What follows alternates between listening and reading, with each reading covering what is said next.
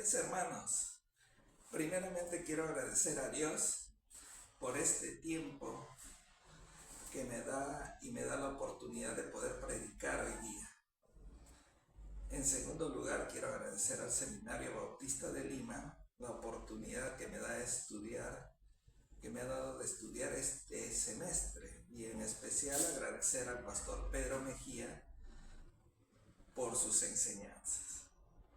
Y hoy día, hermanos, voy a predicar acerca de un tema que seguro usted ha estado reflexionando o escuchando en noticias.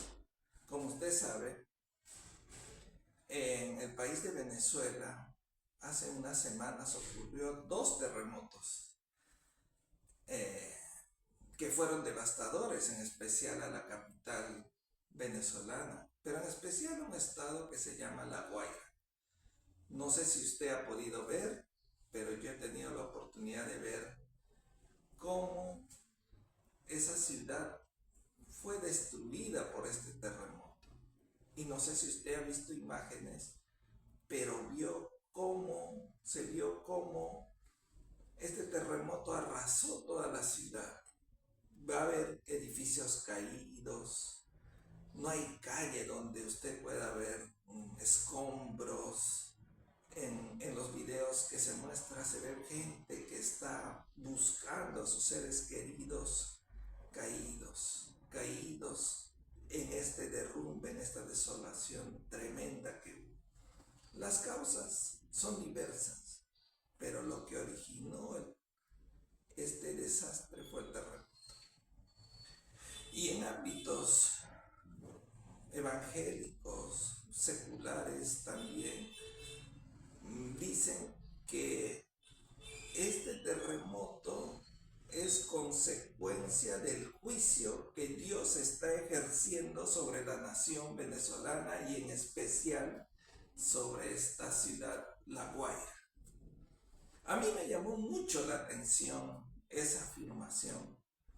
Y hoy día, hermanos, quiero explorar con ustedes y ver si esa afirmación de que Dios está ejerciendo su juicio sobre esta nación es tan correcta o que se ajusta a las verdades bíblicas. Hoy día, hermanos, vamos a ver cómo sí Dios ejerció juicio sobre una nación, en especial por una nación que Él amaba, que Él cuidaba, Jerusalén. Pero antes de empezar, vamos a empezar orando, pidiéndole a Dios que nos dé dirección y que nos ayude en este tiempo.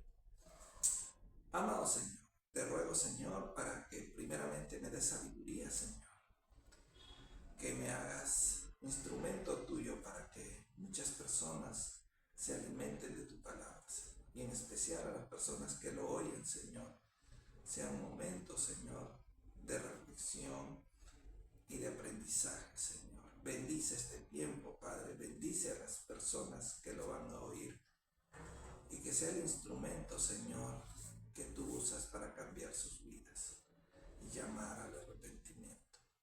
Te pedimos, Señor, que nos ayudes en este tiempo, danos de tu sabiduría que necesitamos tanto de ti, Señor, y el Espíritu Santo, Señor, sea nuestro maestro y guía hoy día.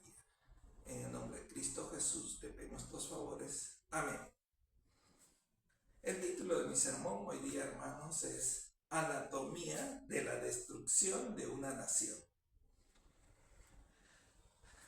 Y está centrado en el libro de Lamentaciones, el capítulo 1, del versículo del 1 al 5. Y la idea central de este sermón es que la ruina de una nación o la destrucción de una nación no ocurre en un momento dado, en un instante, sino es una consecuencia de un proceso continuo de abandonar a Dios y poner sus esperanzas en falsas alianzas. Entonces, hermanos, para ir haciendo un comparativo con lo que ha sucedido en Venezuela, la Biblia y en especial el profeta Jeremías en el libro de Lamentaciones nos hace ver que la destrucción de una nación no ocurre en un momento o no ocurre en un instante determinado, sino es una consecuencia de algo que han ido practicando con el correr de los años.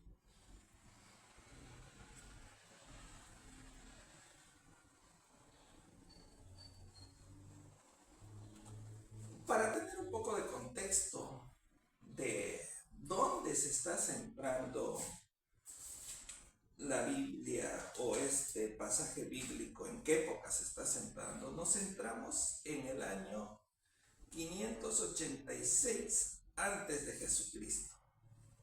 Y este libro de Lamentaciones fue escrito por el profeta Jeremías. Jeremías ejerció su oficio profético como profeta más o menos en ese tiempo. Ahora, quiero llamar la atención de ustedes en un contexto histórico cómo ha sucedido este evento.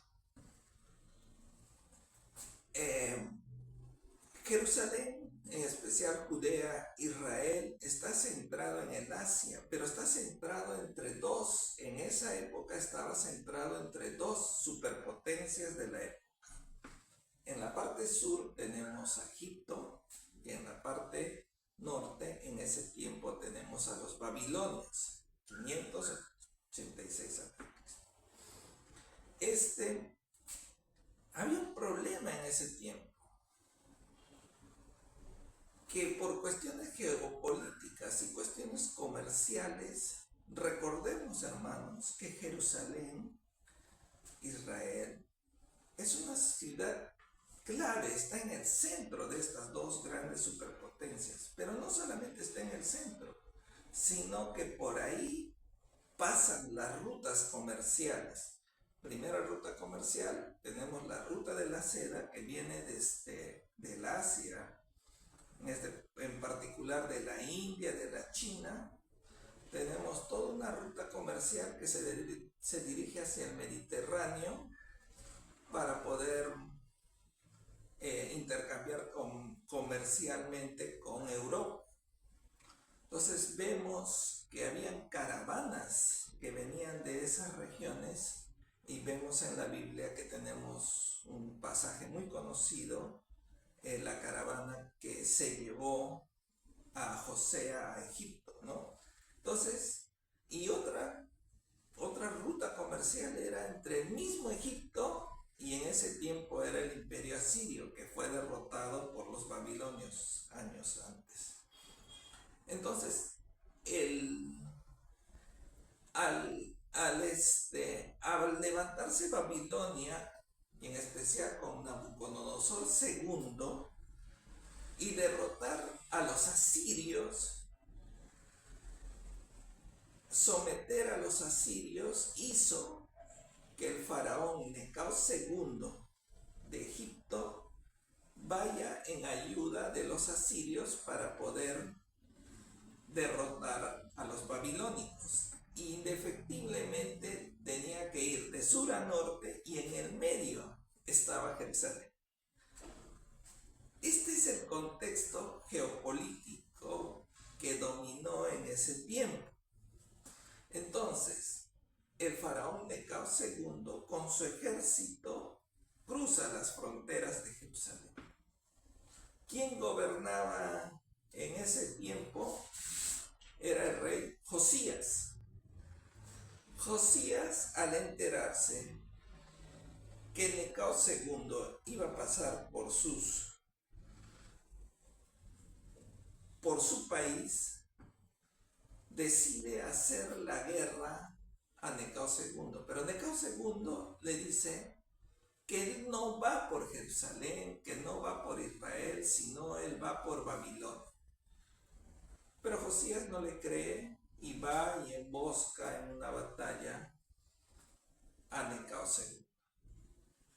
Lamentablemente, Josías encabeza esa guerra con Egipto y Josías muere. Recordemos quién era el rey Josías. El rey Josías ascendió al trono cuando era pequeñito, de 8 años. Gobernó por casi 31 años Judea, pero cuando tenía más o menos 20 años, él encontró los libros de la ley, encontraron en el templo que se habían perdido los libros de la ley, o sea, el Pentateuco.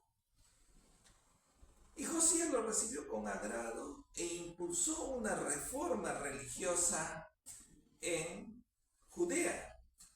Pero esta reforma religiosa fue del centro de poder, Josías, hacia el pueblo. Y hizo una reforma religiosa muy interesante, pero no coló profundo en los corazones de los judíos. Al morir Josías, más o menos a la edad de 40 años, sus descendientes, sus hijos y nietos, volvieron a traerle ídolos y buscar falsos dioses y falsas alianzas al pueblo. Entonces, Necao II mata a Josías en una batalla, se va y pelea con Nabucodonosor y pierde la batalla. Nabucodonosor de norte a sur lo sigue y pasa por ahí Necao II y encuentra a Jocás como rey, hijo de Josías, como rey de Israel. Pero ¿qué hace Necao II?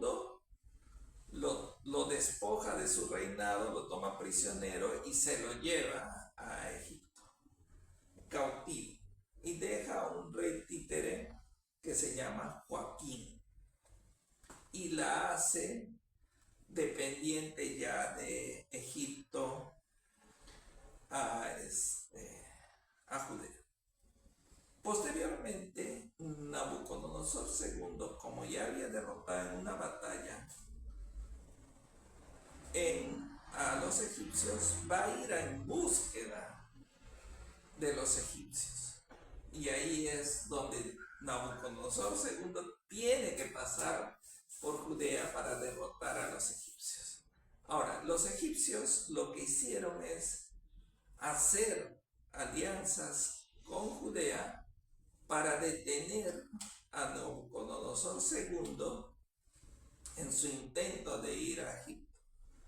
Ahí es donde el profeta Jeremías, en el libro de Jeremías, insta a la nación judía de no hacer alianzas con Egipto.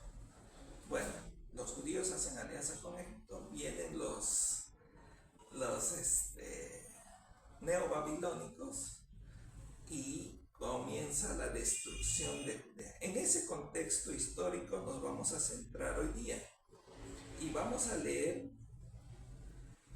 el pasaje de Lamentaciones 1, del 1 al 5, que dice así: ¿Cómo ha quedado sola la ciudad populosa? La grande entre las naciones se ha vuelto como viuda. La señora de las provincias ha sido hecha tributaria. Amargamente llora en la noche y sus lágrimas están en sus mejillas. No tiene quien la consuele de todos sus amantes. Todos sus amigos le faltaron y se volvieron enemigos. El versículo 3. Judá ha ido en cautiverio a causa de la aflicción de la dura servidumbre. Ella habitó entre las naciones y no halló descanso. Todos sus perseguidores la alcanzaron entre las estrechuras. Las calzadas de Sión tienen luto, porque no hay quien venga a las fiestas solemnes. Todas sus puertas están asoladas y sus sacerdotes gimen. Sus vírgenes están afligidas y ella tiene amargura. El versículo 5 dice: Sus enemigos han sido hechos príncipes. Sus aborradores fueron prosperados, porque Jehová la afligió por la multitud de sus rebeliones. Sus hijos fueron en cautividad delante de sus enemigos.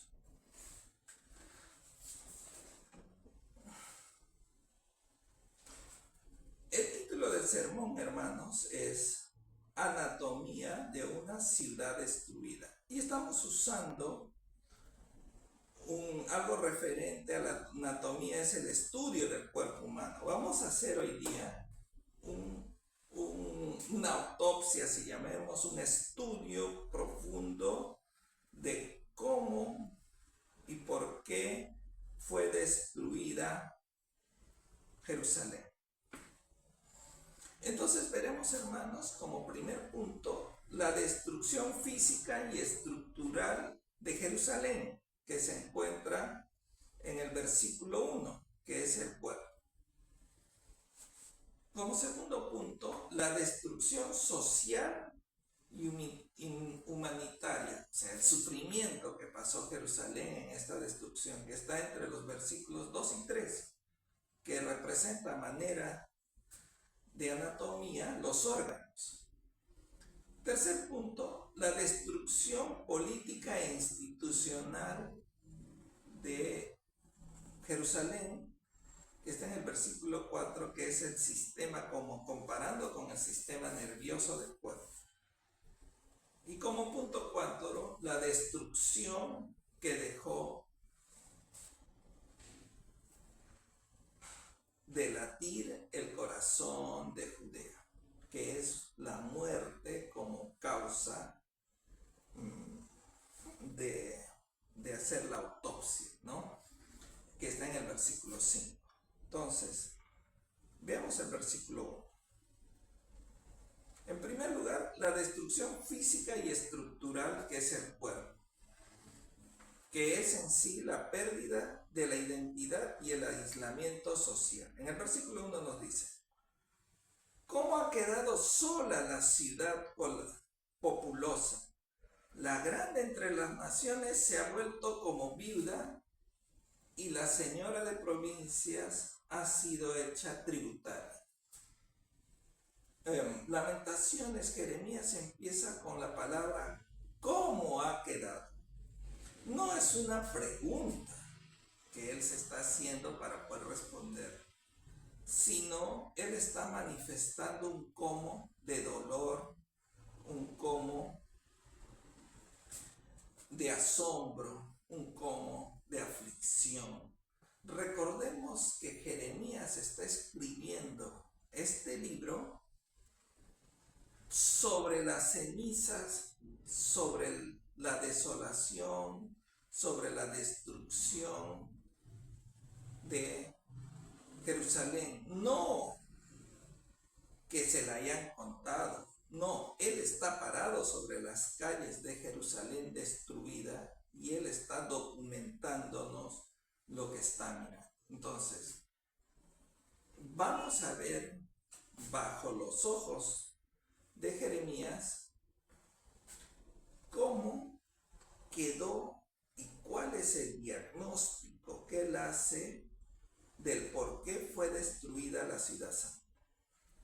Entonces, este cómo nos simboliza de asombro de lo que está mirando, la destrucción física de la ciudad que está mirando.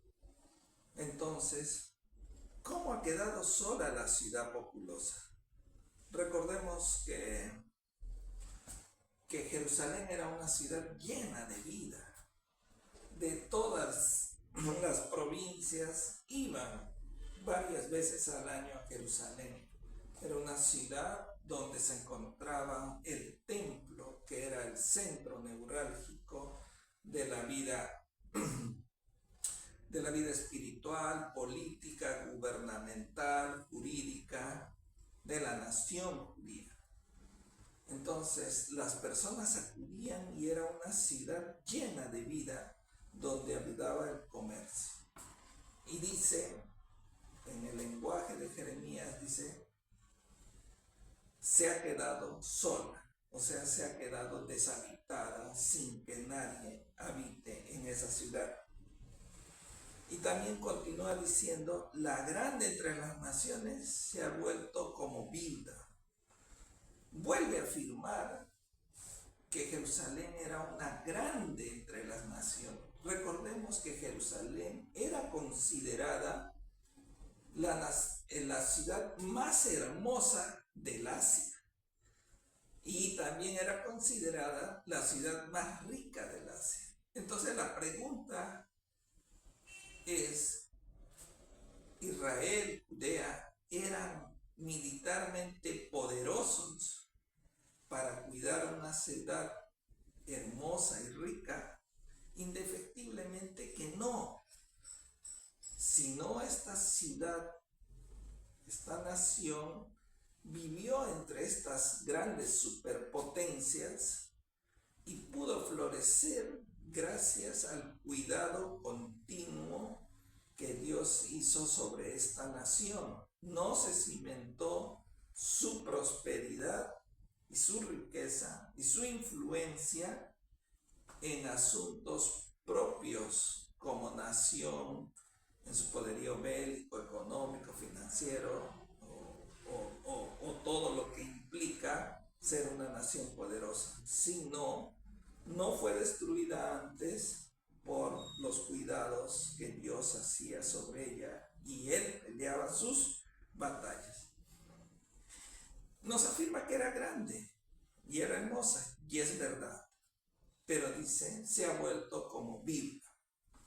Acá para el judío, la palabra Bilda no es simplemente que una persona se haya quedado sin su esposo.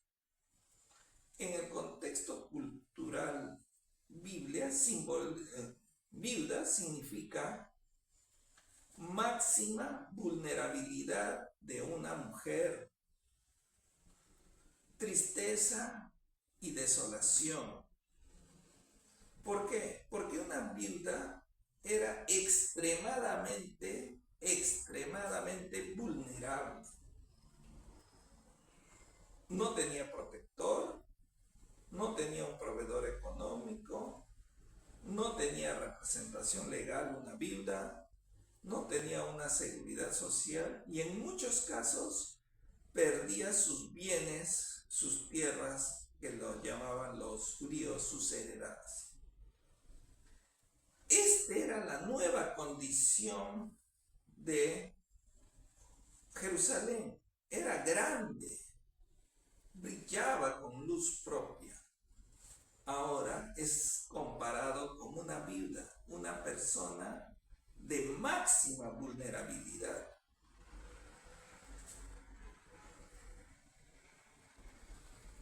Entonces vemos, hermanos, que Jeremías nos hace un contraste de lo que era y ahora lo que es. Vemos que Jerusalén es comparada con una viuda, máxima vulnerabilidad. Pero también nos dice que la señora de las provincias, Jerusalén, ha sido hecha tributaria. ¿Qué quiere decir? Que no solamente ha perdido su condición de soberana, sino ahora es tributaria. Nosotros, cuando vemos las noticias, nos asombramos y en muchos casos nos da ira ver que los extorsionadores extorsionan a comercios, a personas, y si no cumplen los matan y los secuestran. Era lo mismo, pero en una magnitud más grande de lo que le estaba sucediendo a Jerusalén. Antes tenía una dependencia financiera, económica, ahora tiene que trabajar, producir para sus cautivadores. Ahora deja de ser libre y pasa a ser una nación sometida que tiene que pagar tributos anuales grandes que le va a causar pobreza continua y absoluta.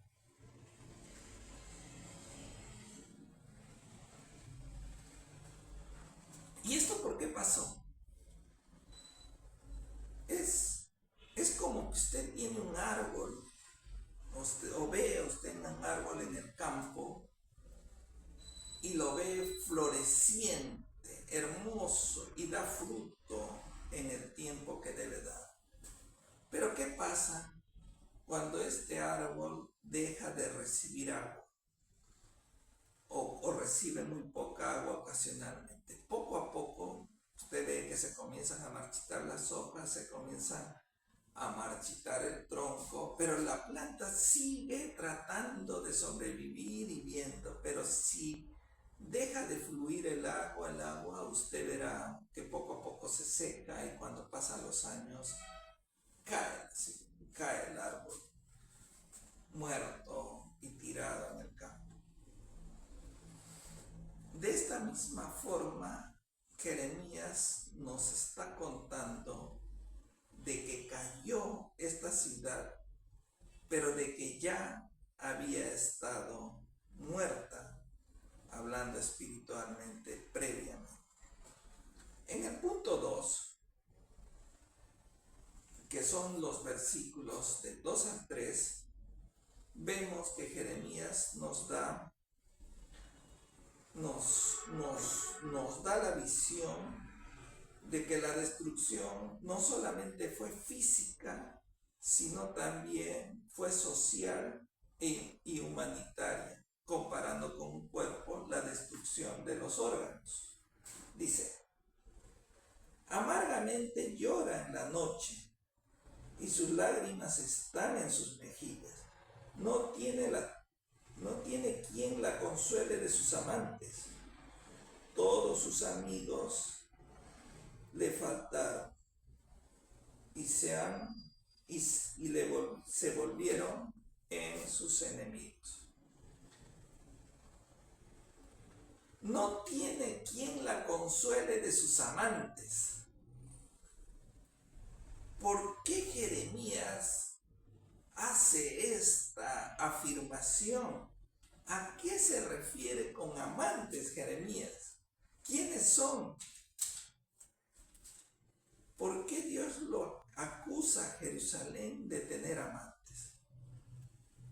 En Jeremías también 3:14 dice: convertíos, hijos rebeldes, dice Jehová, porque yo soy tu esposo. En Oseas dice, Oseas 2:19-20 dice: te desposé conmigo para siempre en justicia y juicio, benignidad y misericordia.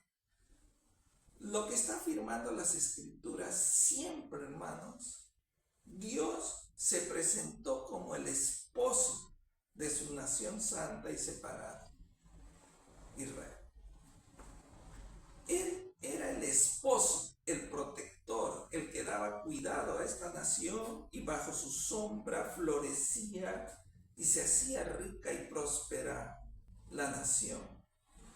Pero Dios, en los labios del profeta Jeremías, les acusa de tener amantes, de haberles sido infiel a Dios, no por un tiempo, sino por muchos años. Entonces, ¿y quiénes son estos amantes?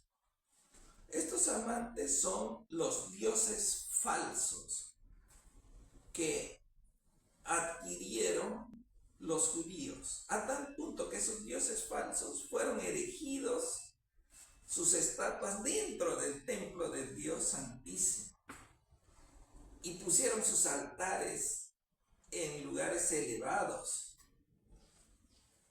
Desarrollaron un sistema religioso de sacerdocio para esos dioses falsos, y la nación se inclinó a adorarlos. Cometieron el delito de ser amantes, de tener amantes de ellos, aunque, como vimos,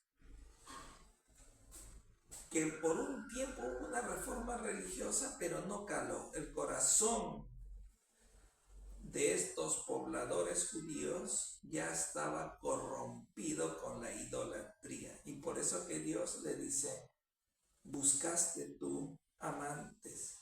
Y también les acusa de tener amigos. Y usted dirá: pero es malo tener amigos. indefectiblemente que no es malo que usted tenga amigos. Al contrario, tiene que ser amigos del mundo para que los llame a los pies de Cristo. Pero Dios a la nación judía le había prohibido terminantemente tener amigos, o sea, hacer alianzas. En Éxodo 34, 12 y 15 dice: guárdate de hacer alianzas con los moradores de la tierra donde has de entrar, para que no sea tropezadero en medio de ti. Por tanto, dice, no harás alianza con los moradores de la tierra, porque fornicarán tras sus dioses, ofrecerán sacrificio a sus dioses, y te llamarán y comerás de sus sacrificios. Dios explícitamente les había prohibido a los judíos hacer amistad con otras naciones, porque cuando uno hace alianza en el tiempo de los judíos, se compromete a respetar sus normas de vida, respetar sus dioses, entregarse entre matrimonio entre una nación y otra, respetar sus leyes, respetar a sus reyes. Eso era alianza, y Dios le dice: cuídate de hacer estas naciones, porque cuando las hagas te vas a ir tras de la idolatría. Y ellos nunca hicieron caso a Dios y firmaron sus alianzas. Estamos viendo en este tiempo con Egipto, que pusieron todas sus esperanzas en que los egipcios los venían a ayudar. Y dice: Judá ha ido en cautiverio, en el versículo 3, a causa de la aflicción y la dura servidumbre. Dice: ella no habitó entre las naciones, ella habitó entre las naciones y no halló descanso. Vemos que el cautiverio primeramente ya se había ocurrido con la parte norte, que se llama el reino de Israel, y había sido cautivo por los asirios, y había habido llevado gente hacia Nínive. Pero también ya habían venido antes Nabucodonosor y se había llevado como 10,000 judíos a Babilonia. Y ahora venía una segunda oleada de cautivos. En este caso, la Biblia registra que fueron 4,600 personas en cautivo, pero si sumamos a sus esposas y sus hijos, se calcula casi 15,000, que en ese tiempo simbolizaba casi el 25% de toda la nación judía que se fue al exilio, al cautiverio. Y dice: ella habitó entre las naciones y no halló descanso. Habitó dentro de los babilonios y nunca tuvo sosiego o descanso. Ser insertado a Babilonia entre las naciones era una pérdida total del estatus especial que tenían los judíos. Los judíos se hacían llamar pueblo escogido de Dios, o sea, que era el pueblo de Dios. Al ser insertados en Babilonia como servidumbre, fueron una pérdida de su estatus de privilegio que tenía. Y dice: no halló descanso. O sea, no tuvo paz, no tuvo seguridad, no tuvo un hogar seguro. Hay veces, hermanos, cuando usted se va o puede irse a un lugar turístico, donde le dan una guía, donde usted debe ir, dobla a la derecha, va a la izquierda, sube, ve las cositas que hay que ver, ve el otro, ve esto, ¿no? Toda una ruta se le dan de guía para su disfrute. Pero ¿qué pasa si usted obedece esas normas, esas reglas?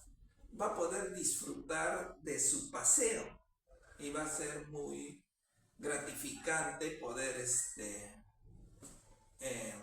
ver el paseo que está teniendo. Pero ¿qué pasa si usted decide desobedecer las reglas establecidas y dice: bueno, dice a la derecha, me voy a la izquierda? Aparentemente usted está sacando beneficio de lo que otros no ven. Pero poco a poco, al alejarse de la ruta indicada, usted va a acercarse a diferentes peligros y dificultades. Al llegar la noche, usted no va a tener dónde dormir, que alimentarse, y va a estar a la presa y a la acechanza de lo desconocido. Y no va a poder dormir, va a estar vigilante, y su paseo, que debería ser un momento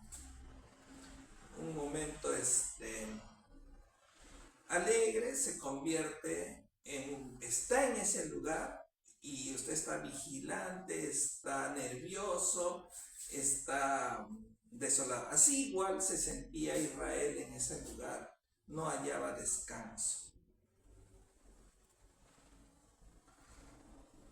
Entonces, hermanos, la anatomía de la destrucción siempre va a comenzar con la falta de la idea de libertad. Usted siempre, o todo el mundo que cae en estas dificultades, comienza a desconfiar de la ruta o de los consejos de Dios, y usted va en busca de sus propias experiencias, sus propios razonamientos de que se está liberando de una carga que le ha sido impuesta, y posiblemente disfrute de esa idea de libertad, pero esta idea de libertad fuera de los consejos de Dios siempre le va a traer desolación, tristeza en su vida cotidiana, y por no decir muerte espiritual. Bien, entonces ahora nos centramos en el capítulo 3, en el versículo 3. No, 4. Punto 4. Que en el punto 3 dice: el colapso de las instituciones y de la fe. Versículo 4. Dice: la destrucción política e institucional, que sería como el sistema nervioso. Recordemos que Israel era una nación donde todo el aparato político, institucional, religioso, jurídico, estaba en el templo. Un minutito más.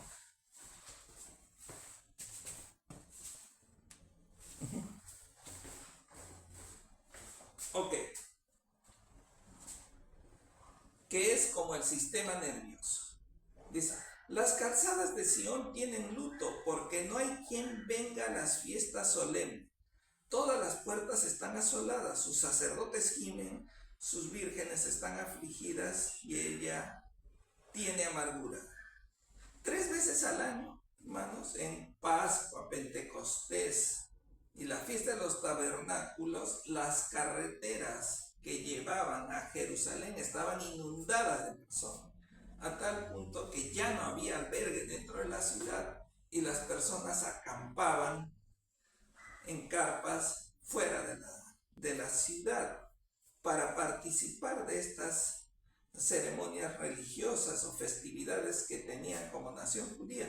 Pero lo que pasa que acá nos está diciendo Jeremías que las calzadas de Sión tienen luto. Claro, es un sentido figurado que una carretera tenga luto, pero lo que nos está diciendo es que se ha paralizado, que ha muerto la vida religiosa de Sión, o sea, de Jerusalén. Por esa ruta se traía ofrendas, se traía diezmos, primicias, y venían los sacerdotes y todas las personas por esas calzadas, por esas carreteras. Hoy ha desaparecido, y Jeremías nos está diciendo: ha muerto la espiritualidad de Israel. Todas sus puertas, dice, están asoladas. Recordemos, hermanos, que ahí en Jerusalén, en la ciudad, las puertas eran usadas de múltiples formas.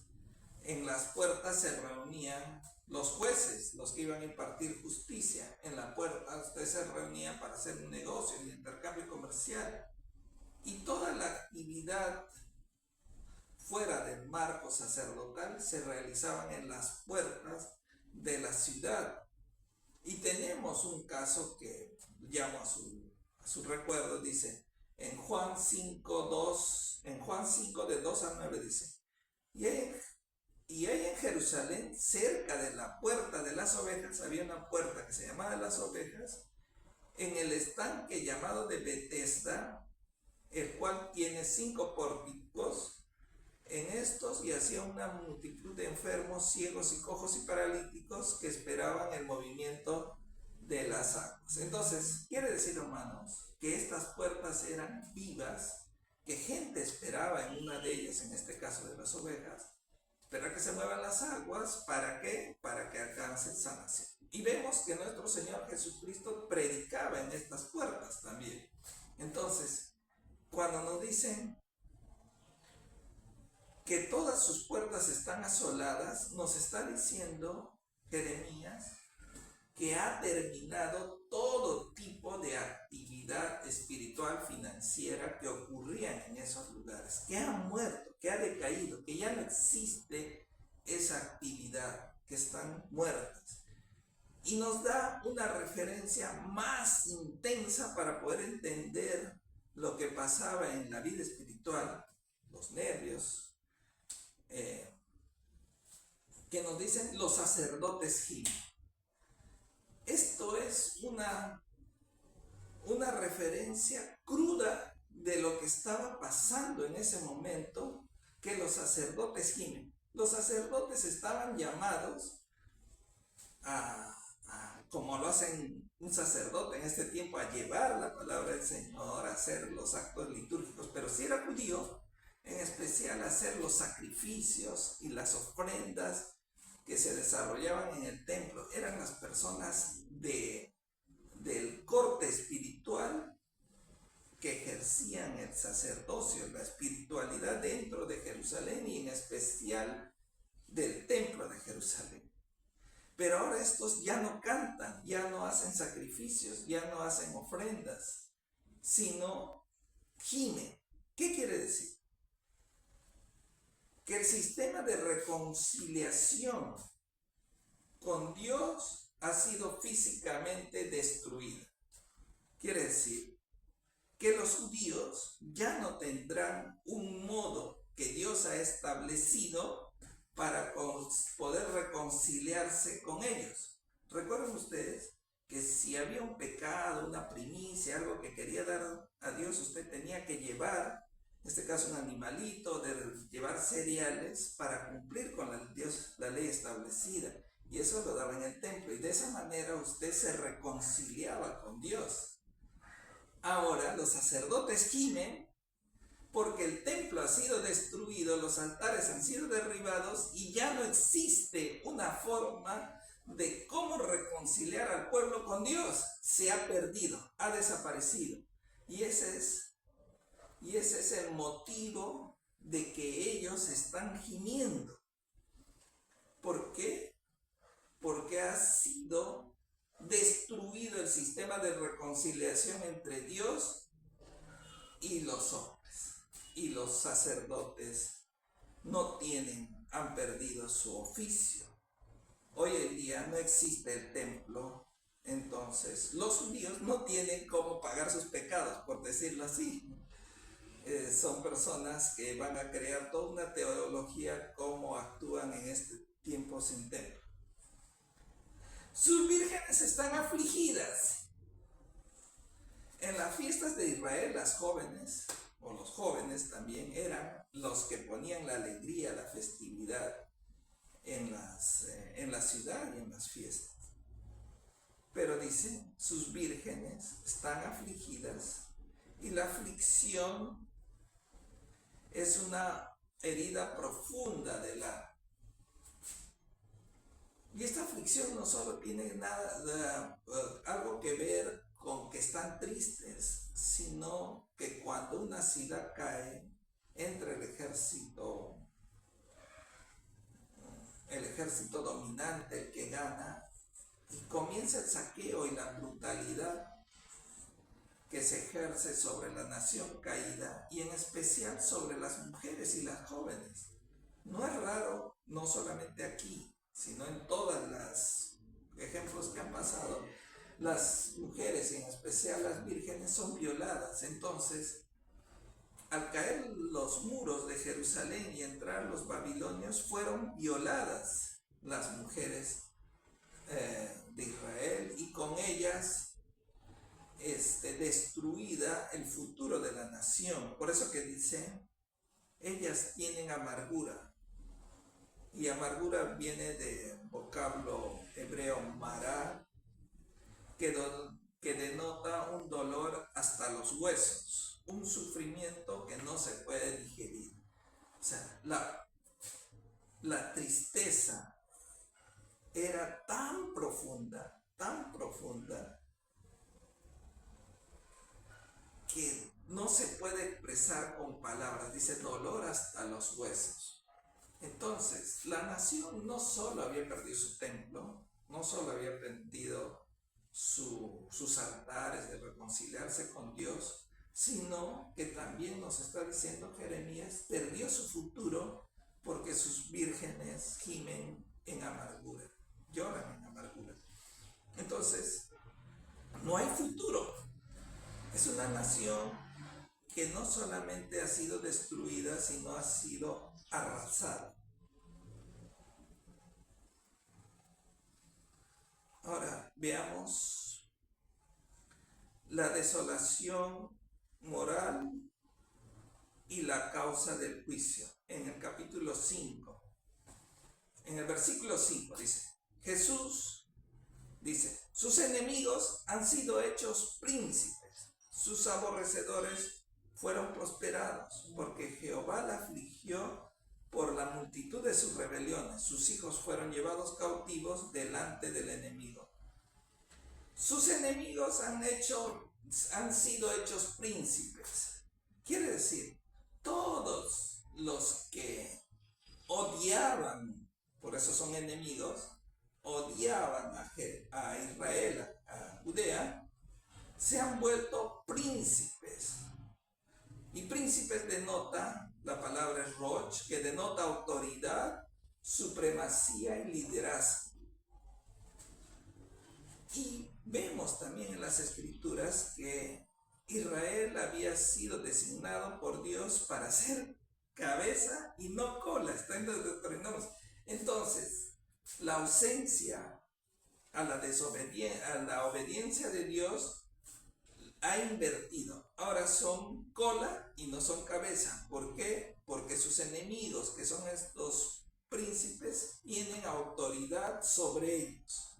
Se ha invertido la posición de que Dios había designado para ellos. Ya no son cabeza, ahora son cola. Sus aborrecedores fueron prosperados.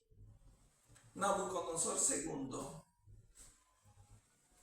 saqueó el templo y se ha calculado monetariamente en dólares a la época cuánto dinero, o sea en dinero, fue llevado del templo de Salomón.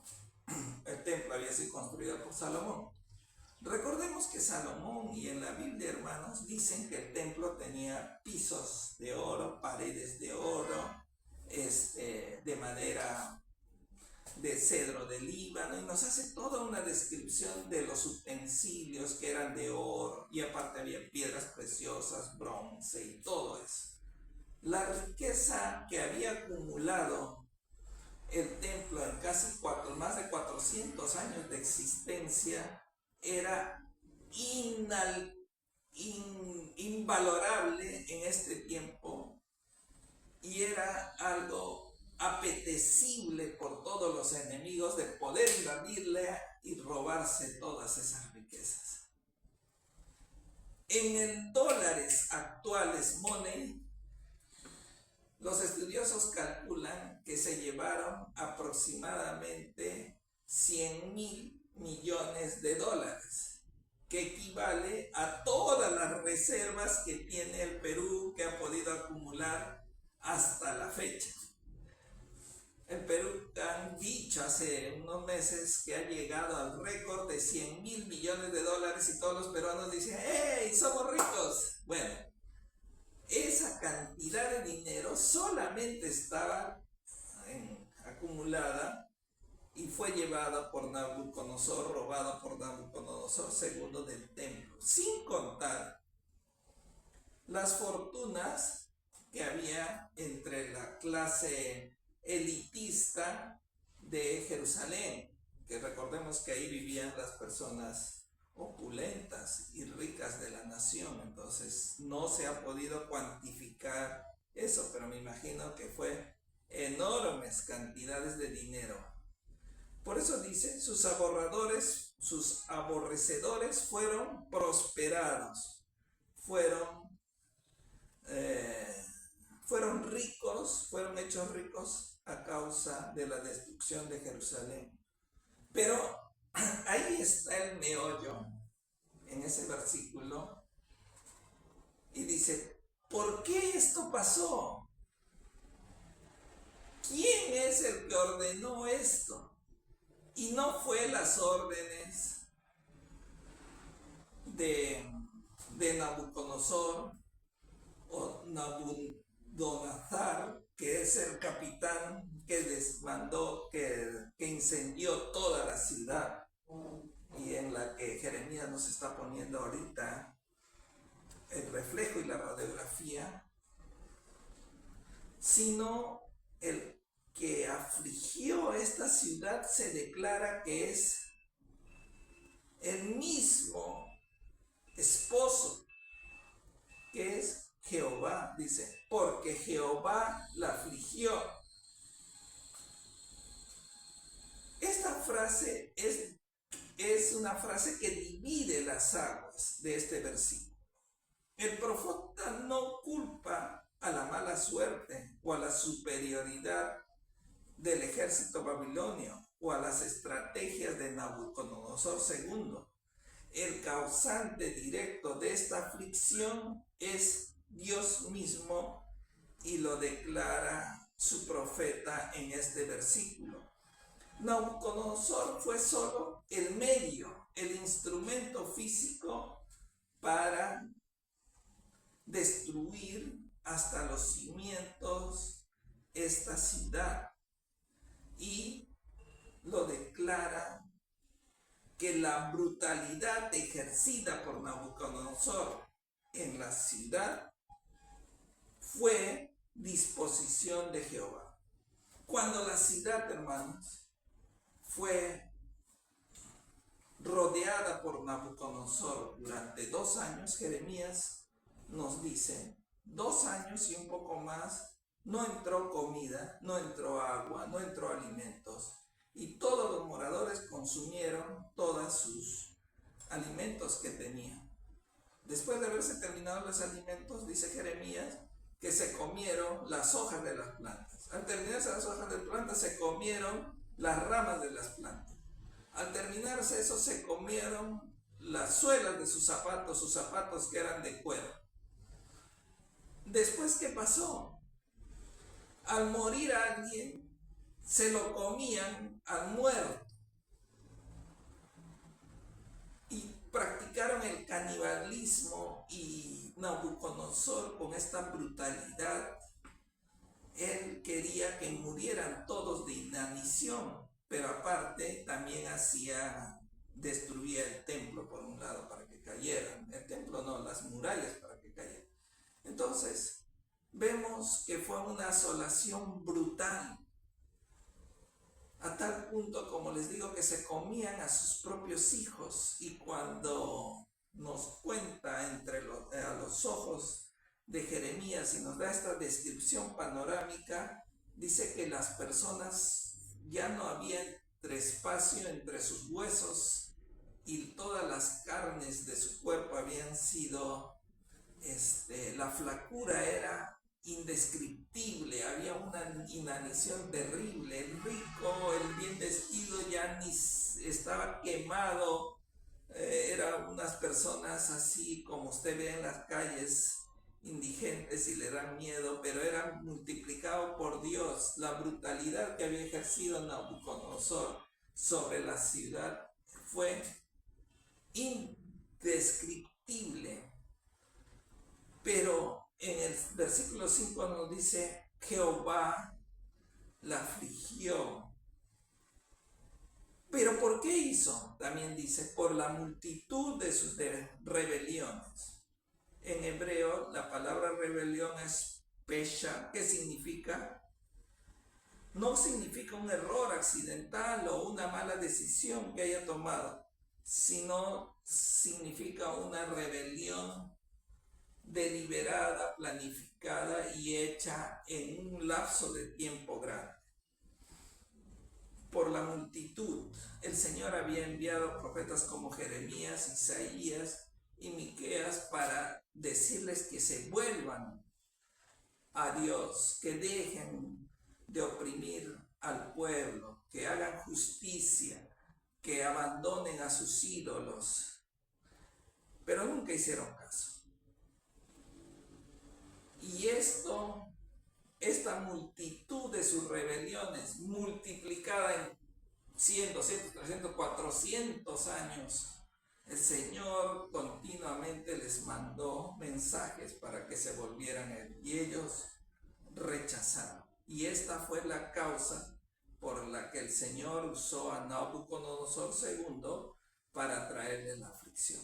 Entonces, para concluir, hermanos, hemos visto en el versículo 1 cómo la señora se convierte en esclava. En el versículo 2 hemos visto cómo sus amigos son transformados en traidores. Hemos visto en el versículo 4 cómo ocurrió la muerte del templo de Jerusalén en su vida espiritual. Y en el versículo 5 nos dice que la causa de esto no fue el poder imperial de Babilonia, sino la multitud de sus rebeliones. Y vemos como conclusión, hermanos, que siempre el pecado creemos que nos da libertad, pero siempre nos paga con la muerte.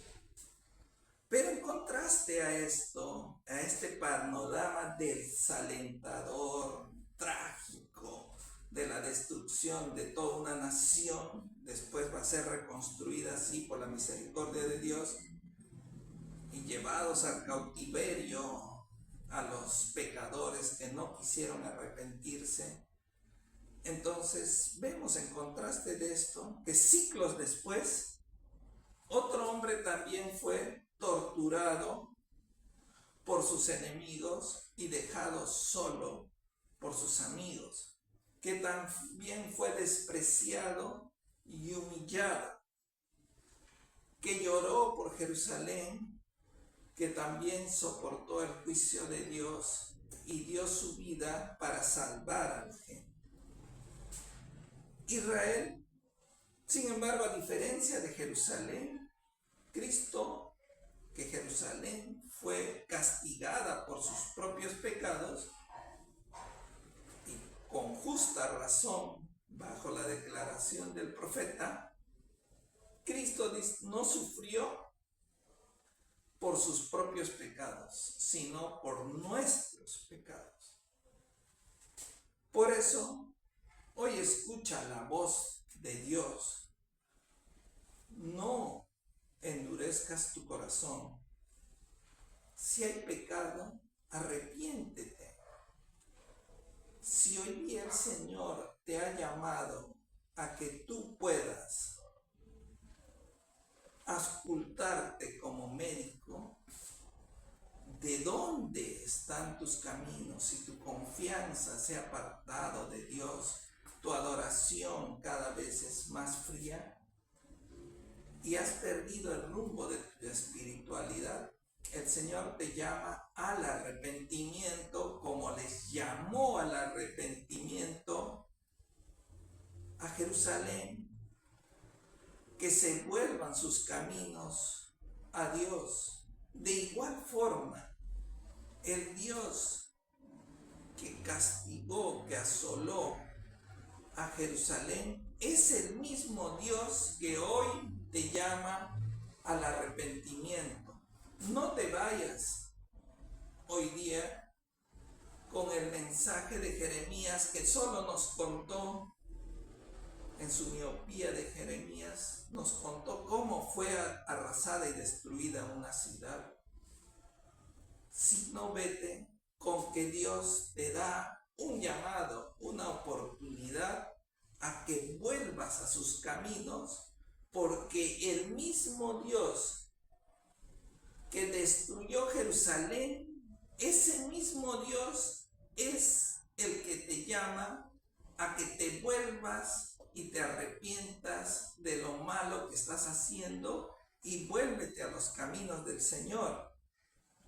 Y del arrepentimiento, y que tú vuelvas en fe y en arrepentimiento al Señor, es en la obra redentora de nuestro Señor Jesucristo.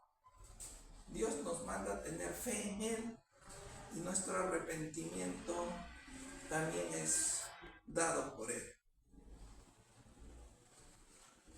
Y Jeremías también dice, hermanos, escudriñemos nuestros caminos y busquemos y volvamos a Jehová. Está en Lamentación. Entonces, mi pedido, mi exhortación, hermanos míos, para hoy día, para esta reflexión es: examina tu vida, porque ese Dios que castigó a Jerusalén es el mismo Dios que hoy día te pide que te vuelvas de tus caminos a Dios, y que no te tapes tus oídos, porque puede ser como en Venezuela, que no fue un juicio de Dios, sino un llamado al arrepentimiento.